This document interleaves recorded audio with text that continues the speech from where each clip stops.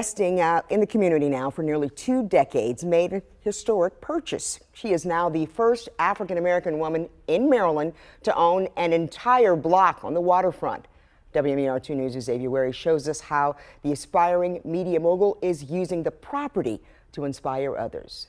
The twist was I bought a building, right? But the building happens to be the length of an entire city block, right? And so then when you made the, you kind of made the correlation, it was like, wait a minute, you not only bought the building, but you bought the block. Dr. Vanya Pettigrew is the CEO of RootBranch Media Group here in Canton, a full-service media communications firm which does a plethora of things, but namely teaches media arts to young people.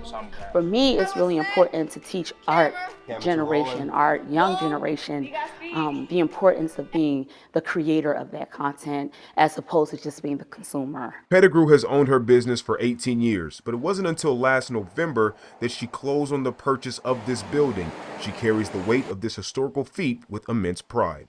It is, again, a badge of honor. Like, why, Lord, was I chosen, appointed, anointed to be able to carry such, a mantle? For the first time in a few years, she has interns, and they too are part of history, being the first in this building under her ownership. It really motivates me. It's a blessing for real, because where I come from, people don't get this opportunity. Pettigrew says to be the first and an inspiration wouldn't be possible without some of the historical figures that came before her. The Frederick Douglass, who escaped slavery from Fells, whose neighboring city is Canton, and these generations later, a black woman owns an entire block in that same neighborhood. So literally, where we were once the property, a black woman owns the property.